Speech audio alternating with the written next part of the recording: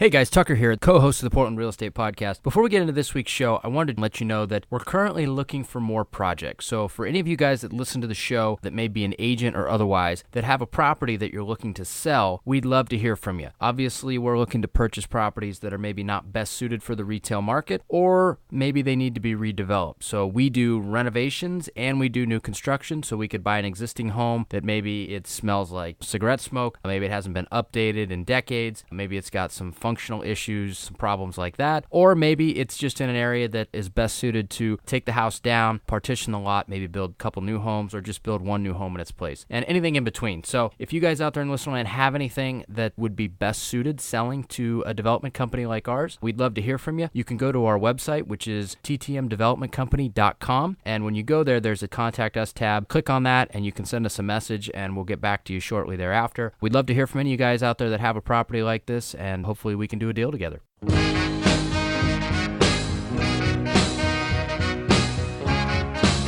This is the Portland Real Estate Podcast, your number one place for anything you need to know about the Portland real estate market, along with in-depth interviews from our local real estate industry experts. Now, without further ado, here are our hosts, Tucker Merrihew from TTM Development Company and Steve Nassar from Premier Property Group.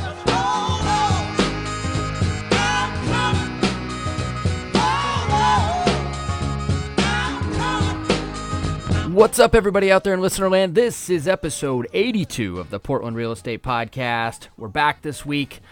We have a really cool show for you, but I'll be honest, I had to re-record this intro because we had some technology issues.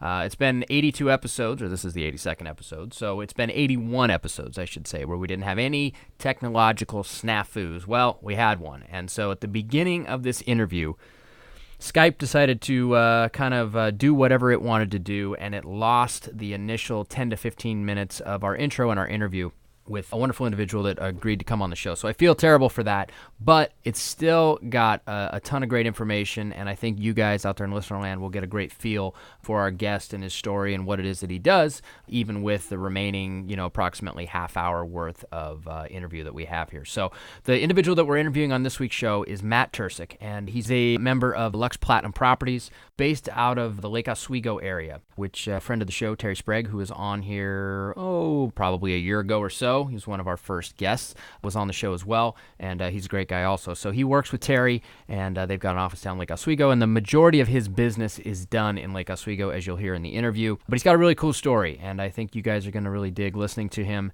and just listening to how he's built his business. He's been in the business for going on about 4 years now, which, thinking back, me and Steve have both been in the business for probably going on 15 years now. But it's cool to hear the story of somebody who's newer to the business, but is also doing some really cool things and has built out a great business in a very short amount of time comparatively to, Steve and I, who I guess would be old timers in comparison.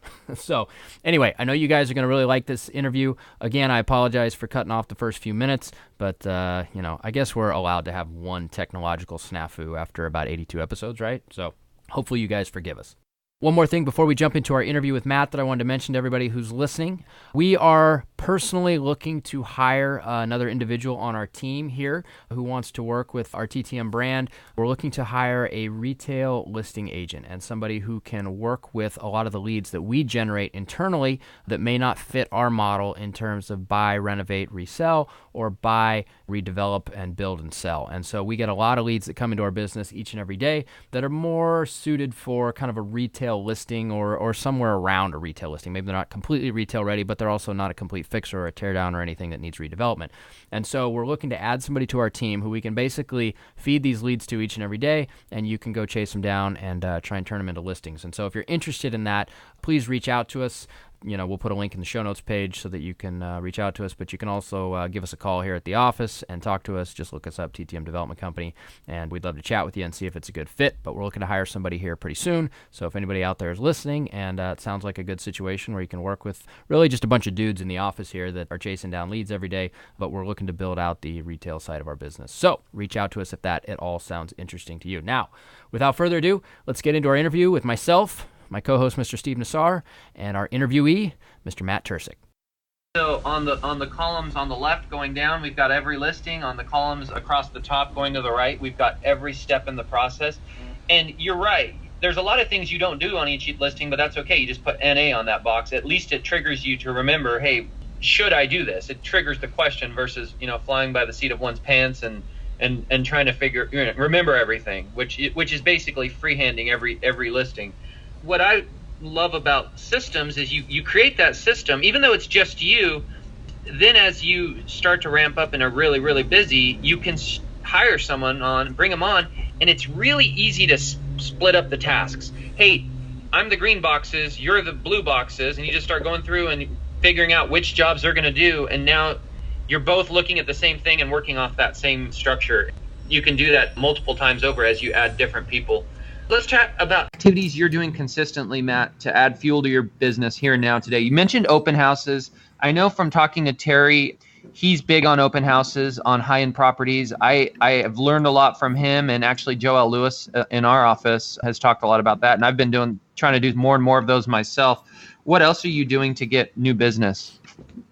Well, yeah, I was going to give you a compliment actually on your Meadowlark listing. I was out showing houses and see your signs all over the neighborhood doing the open house. And then I pull up the phone and see you're in Seattle on Facebook and have your team holding the house open. But I actually stopped at the open house and you had great activity and your team there was very professional in how they handled it. So I'm looking at guys like you and figuring out what I can do better. And Terry's been a great example too. He's always been encouraged me to hold my listings open, to hold his listings open, of course.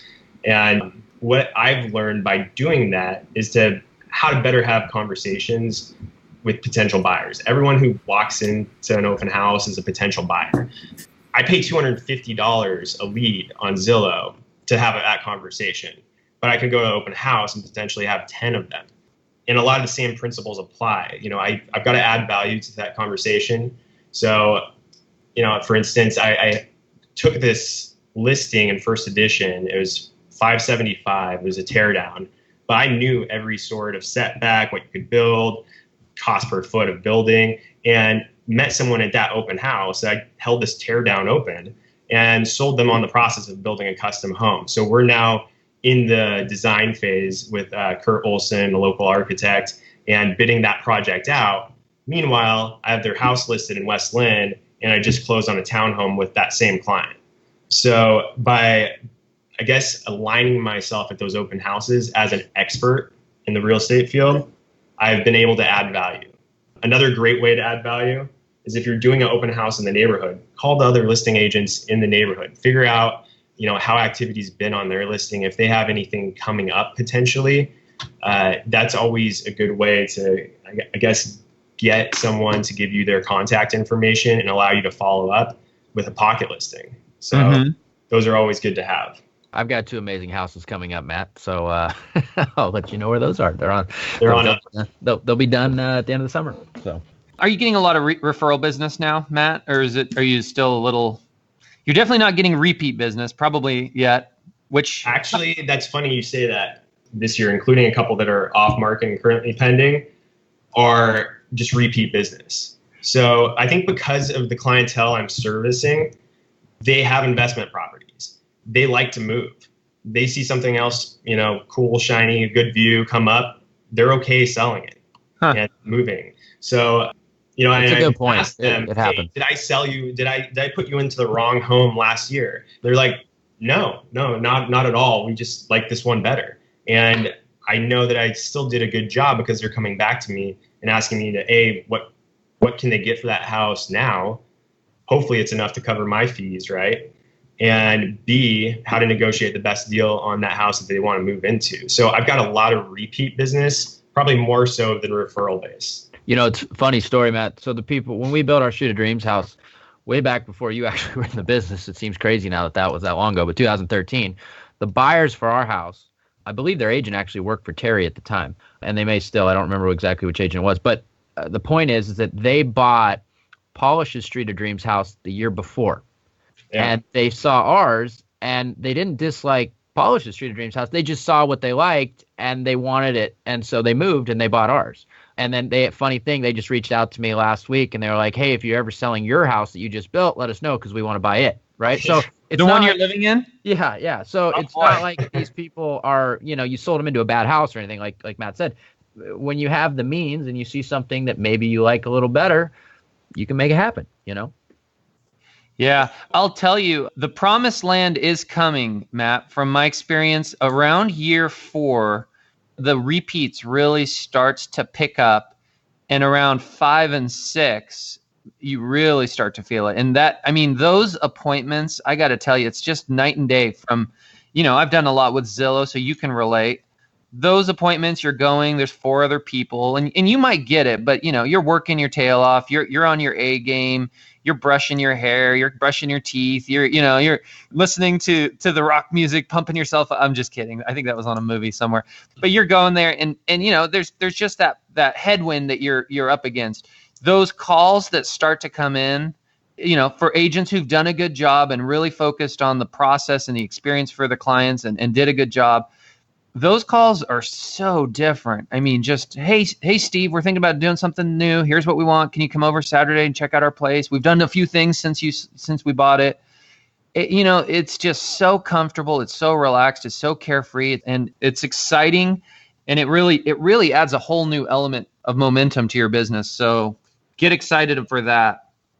How long were you in the business, Matt, before you felt like, hey, I've got this figured out. I'm going to make it. And along those lines, were there some big oopses and blunders along the way, like most agents have? Yeah, I'd actually say, I'm still not there. I sold my first lake house last year, and I thought that was going to be a pivotal moment. But every day I wake up, I still want to know where that next deal is coming from. And I've become almost addicted to that deal.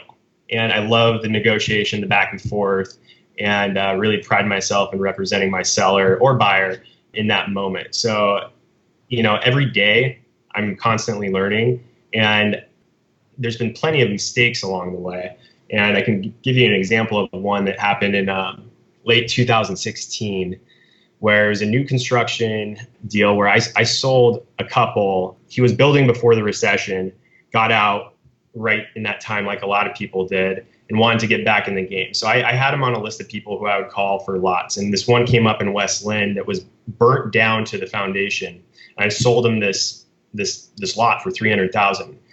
He built a beautiful 4,500 square foot home. It was kind of like a project between him and his girlfriend. And we listed it probably around the sheetrock phase. I think it was 1395, and this was the first project they had done in a while. And we ended up getting an offer within the first week and went back and forth, got a really good number on that counter offer. And they called me up and said, hey, that's our number. We want to take it. And so I was a little trigger happy and just shot over the DocuSign from my phone then and there. Little did they know, I knew it because I read the counter. But there's a bullet point right underneath the price that said seller to cover $25,000 in closing costs and prepaids. And somehow, I just assumed they read that, but I felt partly responsible because I did not have that conversation with them and clearly outlined the implications of what that meant. And so I ended up splitting that out of my commission. And I did that because this was a $300,000 lot, did you say? I'm sorry. $1.4 million finished new construction. Yeah, so 1.4. Okay. So luckily my commission was big enough to split something like that. Got it. So far in my career, my commission's been able to cover any sort of mistakes. But just being willing to take ownership and step up and admit that, hey, I had a role in that, I think goes a long way. And from here on out, that's like a $12,500 mistake that I'm not going to forget. Yeah. Well, I got to applaud you for doing that. I also want to punch the guy who made you pay it, because if he was at all in real estate, he should have. I mean, that's like a pretty obvious thing to be like, did they ask for closing costs and prepaids? Yes or no? Okay, let's keep going down the contract. But that aside, you're quite the guy for splitting that with him. I got to give you props for that. Yeah. Thanks for sharing that with us. That's a big one. I think the biggest mistake you can make in real estate, well, and that's a costly one, but is selling one house to two people. Yeah. I hear that's bad. I've never done that, but I hear it's bad. I wanted to ask you too, Matt, do you see yourself going into the development side of things, building, dabbling there, or is that something that you just are going to leave to your dad and you're laser focused on real estate? It's a great question. I've definitely dabbled with him so far. I'm part owner in an LLC that we've got 2 specs going right now. One's in Dunthorpe and then one's on Wembley Park that I mentioned. Building specs is one thing, and I think we really enjoyed doing that. I've learned a lot about putting the financing in place to do those projects.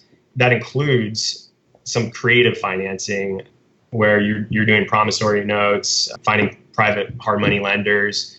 We've also done deals where we didn't necessarily own the property, but we had a contract on the property and done a simultaneous close and used someone else's money to buy the property and keep the difference.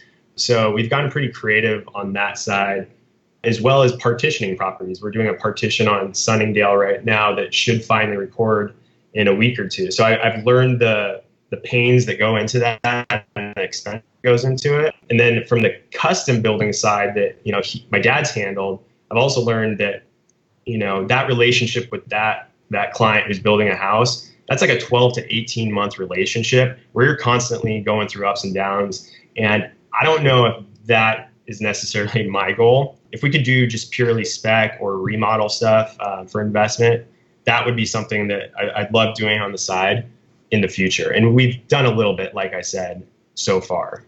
Mm-hmm. Mm-hmm. Yeah, it's 2 entirely different businesses, servicing custom home clients versus doing your own investments. I mean, it might as well be night and day, really. Yeah, and I think it's great to focus on one. I think it's awesome that your dad is very involved in the other, and you guys can help each other and collaborate and be very symbiotic in your relationship that way. So let's chat about your goals for the future and your biggest opportunities and greatest challenges. I think you said your greatest challenge, right, was your time, your being compressed for time. I think that's what it was. What are some of your biggest opportunities right now? So yeah, goal going into this year was doing 25 million. I feel like my greatest opportunity is servicing those clients that I'm working with right now. I have 7 listings and 3 of them are above 1.5 million. And I know that, if I do a good job for those 3, if I do a good job for every single one of them, that's going to turn into future business. It's going to propel my, 2019 and the years forward. So I view each listing really is a great opportunity. And yeah, you touched on it. The greatest challenge is figuring out how to leverage myself and scale so I can serve more clients like that. Yeah. Hey, you know what, Matt, you touched on something that I want to expound on, because I teach this all the time to our agents, and it's challenging for new agents. What I teach is, hey, the best way to get listings is first and foremost, do a great job on the ones you have, and then make everyone in the vicinity, every homeowner in the vicinity of it, very aware of your presence, what you're doing, and ultimately your success when that happens. Hopefully it happens. And so I would echo what you said. Now, 3.5 years into your career, you do have those great opportunities that you can leverage and do a great job for. And Tucker, I've always said, make your listings have babies, right? That's, it sounds simple today, but for newer agents, that is the catch-22. They just don't have listings. And so you're trying to teach them to get listings, which is much more difficult because they're trying to gain that trust from people who, to earn that trust, you kind of have to have some experience. And that's kind of the catch-22 of getting into the business. So you've crossed that hump is what I hear you saying. And you have the trust of those sellers and listings, and you're able to leverage that to get in on new ones. So, sure. And I wanted to touch on one more thing. To get to that point, I think how I got a lot of these listings was getting creative. So if I got in a situation where through my network, maybe they wanted to have a conversation, but they didn't think I was experienced enough, that's when I was able to bring in like a guy like Terry and say, Terry, let's come to this listing appointment. We'll co-list this. I'll do all the work. You're going to be that, voice of reason, if we should need it, and that extra experience that's going to give, our seller comfort. And so I've done that multiple times with different agents, other ones, including ones that I'm co-marketing a property right now in Goodall, with the Chinese broker because they wanted international experience. And they thought, if we could advertise to the Chinese buyer specifically, that's the route they wanted to take. And I was able to find one that I've partnered with in the past, I've done deals with, and they've gone well. And I said, hey, would you be willing to come in here and sit down on this listing appointment with me? Cool. Good stuff.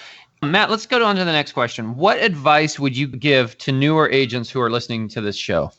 Maybe ones that are even in their first year. Yeah, absolutely. I'd advise them to, work hard, put in the hours, do open houses. Like I said, when you're doing an open house, don't just show up, do some homework, figure out if there's other listings coming up in the neighborhood that you could potentially show these people. If it's potentially a tear down, reach out to the builders, learn the building codes, be a student of the game. Also start your database from day one and start recording all these conversations, because it's funny how things come full circle in a couple of years. I've done that to a certain extent, and I'm doing a better job of it now. And I can look back and see all these missed opportunities that I made along the way. So that's going to happen. I'd also say, don't get distracted by all the shiny, lead gen or websites, and pick up the phone, because it's ultimately conversations that are going to result in sales. And while some of those ultimately help you create conversations, the best way to do it is meeting people face to face. Good stuff. And if you were going to go back to yourself when you were just getting your license and hitting the ground in the business, what are things you know today? And maybe it's some of the same stuff you just said, and if so, that's okay. You can let us know that. But what are the things you would say to yourself that you know now that you didn't know then? I would say, reach out to as many people in the business as possible and just ask them out for coffee. Try to get good mentors who have been there, done that, and study each's business, best practices, and try to implement as many of those in your own style that you can. Yeah, good stuff. Good stuff. I think this was a great interview. I'm glad that we got our technical difficulties worked out. I think Matt had a lot of really good insight, and it's interesting, right, Steve? Because we've been in this business for a while. We've ridden the roller coaster up, down, sideways, all around, and so it's cool to take a step back and kind of look at somebody else's journey, getting into it, that maybe is a little newer but has a lot of experience under their belt with the amount of time that they've been in it. So it's always cool to hear that. Yeah, and I want to just say too, Matt, and I want to tell our listeners, I mean, Matt, he may have a little advantage with his dad, but gosh, I can't tell you how many other people I know. One of my good friends growing up, I won't say a name, but I don't think he listens to this podcast, but his dad was a builder as well. And I was in the lending side of things in 04, 05, and his family was really taking off building homes. They're not in the metro area. They're a little bit south. And I kept encouraging him. I was a lender. I was like, get your license, help. This is a huge opportunity. And he started the process, and he never actually got licensed. He just didn't have the drive. He works with the family business, and, he didn't have that work ethic. He didn't have that drive. And I think there was other attributes and skill sets he didn't have as well in hindsight. So, Matt, you've taken a little bit of an opportunity, and kudos to you. I mean, everybody has some opportunity. I came into the business with 8 years of mortgage experience. It sounds like you had a little bit yourself and some contacts from that. And just I hit the ground running on day one, knowing how a transaction goes, right? And most new agents don't have that. So I've had my fair of opportunities too. Now, is that exactly the only reason that I've done well? No. I mean, it takes blood, sweat, and tears. That first year, the hardest I ever worked in real estate was that first year. I remember days in the first months, because I didn't have anyone else helping me, where I was working from probably 6 or 7 in the morning till 8 or 9 at night, writing paperwork. And I'm terrible at paperwork, by the way. Wearing. I never would have got that, Steve. Wearing every hat imaginable in the business. And I was fortunate to be able to systematize what I was doing and then start adding some people to help with that. And, the last thing I wanted to say about that, because I was talking about, build your systems, then add your people. That might seem obvious at a glance, but you'd be surprised how many people add people and then try to figure out the system. So they just have a bunch of warm bodies around, and they're all bumping into each other, not knowing what to do. By taking first and going, here's the tasks that need to happen on the buy side, here's the tasks that need to happen on the listing side, systematizing them and doing them yourself consistently, then it becomes really easy to add people and start delegating those tasks. So anyways, congratulations on your success, Matt. I look forward to seeing you around in the business, and I know this is just the beginning for you, and it'll be awesome to see what you do from here. And by the way, congratulate Terry for that awesome listing in Westland he just got. I saw that all over Facebook. I've known about that property for years. Did you hear about that, Tucker? Yeah, I put a bid in for $800,000. We'll see how it goes. Did you really? No, I'm kidding. Yeah. Probably going to cost $5 million to finish at least. Yeah, no, I saw it. It's crazy. The Waddles used to live around the corner from my folks before they hit it real big and before they busted, obviously, too. But yeah, it's a monstrosity of a house that needs to be finished out. And so for the right buyer, it'll be an amazing place, I'm sure. My joke is I think Reed Hastings of Netflix is going to buy it. Oh,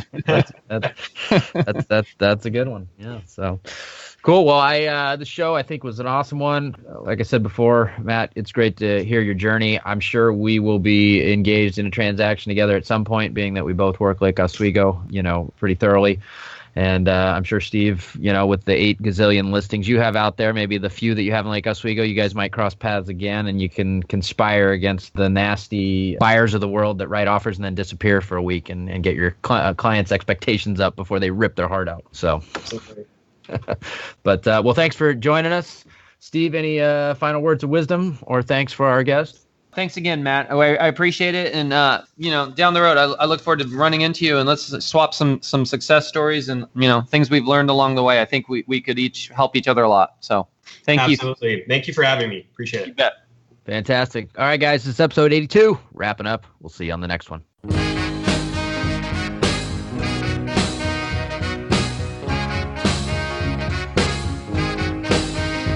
Thanks again for listening to our show, and make sure to tune in next week for another great episode of the Portland Real Estate Podcast.